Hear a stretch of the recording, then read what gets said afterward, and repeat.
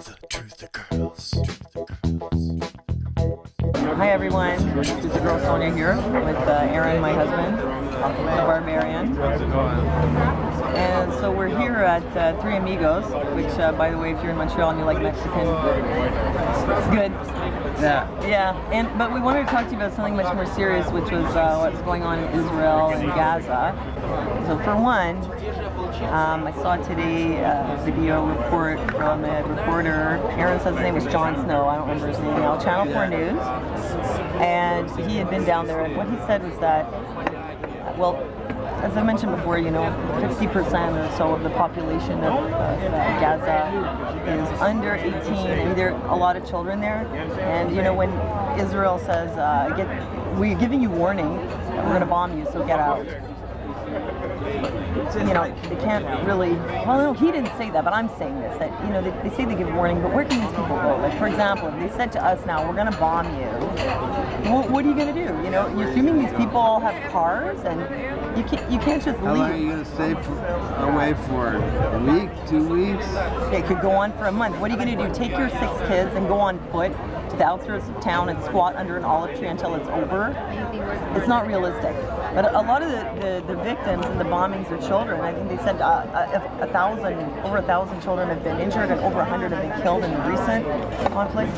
And the Israeli government knows this, and they do realize that they cannot bomb Gaza without killing children. But more than that, they actually hit targets like the second floor of a hospital, the children's ward. So they're actually targeting places where they know there will be children. So that was one thing, and that the kids can't really get out. Also, the UN recently had a meeting. It wasn't the Security Council, or some other area of the UN, and they wanted to propose a resolution for Israel to be investigated for war crimes because of what they're doing in Gaza. And every country said yes, voted yes, other than those who were absent, except for the U.S.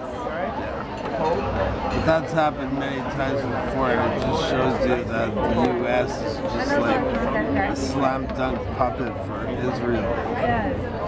Or what Israel is doing serves the purpose of the U.S., the globalist elite that also control the U.S. I mean, for sure. It could be that also. Could be one way or the other. Yeah. So once again, preventing peace. And meanwhile, Obama in a recent speech called for a new world order. He said we need a new order of the world, basically to restore order and peace. It's like the Pax Romana, though this is, yeah? There's no reason at all. Planes are just falling out of the sky. Well, airline crashes, yeah, but he was talking about the fighting in Ukraine and Russia. Not the plane crashes, really, but the fighting, I think. And also, of course, what's going on in Israel and Palestine. So you vote no to have them investigated for war crimes, but then you want to have a new world order. So I'm starting to think, continuing this conflict serves the purpose of, like I said, the U.S. and the globalist elite that want a global police state under a communist/fascist rule. I mean, absolute, like a prison planet. Yeah, what he means by a new world order is a one world government. Yeah, that's right. A centralized government where the president will take orders from someone in Europe or something like that. Well, from the head honcho satanic globalist. Anyway, so they're calling for a new world order. Now, as far as the Palestinian side of this goes, so I really try to be objective. Obviously, I would condemn what's happening, Israel bombing Gaza. However, you got to ask yourself, why do the Palestinians keep sending rockets into Israel? Now, Israel has it set up so that their people are well sheltered from this. There's a big distance between where the Palestinians are living versus the Israelis. There's a big gap in between, and they have a very supposedly Iron Dome. The Iron Dome, like a missile defense shield. And so no Israelis are really being hit by these rockets. Basically, the Palestinian rockets are like firecrackers. That's all they are. They're just like the cheapest rockets you can imagine. I think some people have been killed by them in the past, probably soldiers that are in those areas or who knows what. But the thing is, sending rockets into Israel has never accomplished anything for the Palestinians other than to make them the target of the wrath of Israel and have their children end up getting bombed. Now, the Palestinian government, they can't be that stupid. Either they're stupid, or I consider possibly they're alcoholics, because they say that alcoholics will make the same mistake over and over again, expecting a different result.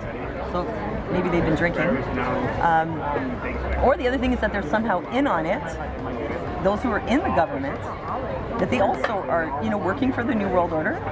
And another thing to consider is they can't get toilet paper in and pencils for the kids at school, and yet they can get rockets in.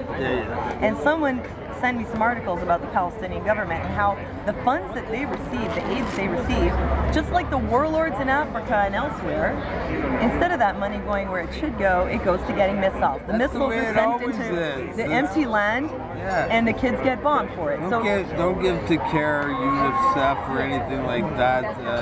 These agencies, they don't help the people. No, but I'm not talking about UNICEF. I'm talking about like the aid that the Palestinian government gets, that they also are obviously not using that money for what they should be using it all over the world, that's what I'm saying. The rockets are not doing anything. I mean, Israeli soldiers have been killed, but they're on the inside of Gaza, killed in the fighting in there. It's not the rockets. So I really, at this point, think that this whole thing, both sides of the conflict are controlled by the same people. I think it's being perpetuated for a very long time. And of course getting a reaction from the world, which of course I also want them investigated and all that. But Obama, the puppet of the globalists, is openly calling for a new world order to fix the problem. Global government. In other words, you could say it's a conspiracy at one world government. Conspiracy to bring in the new world order. Huh? Am I crazy for thinking it's a conspiracy? Anyway, I'm starting to really think that control both sides, and they're all in on it. Why am I not surprised? So, anyway, let me know what you think, and thanks for listening to us, and see you next time.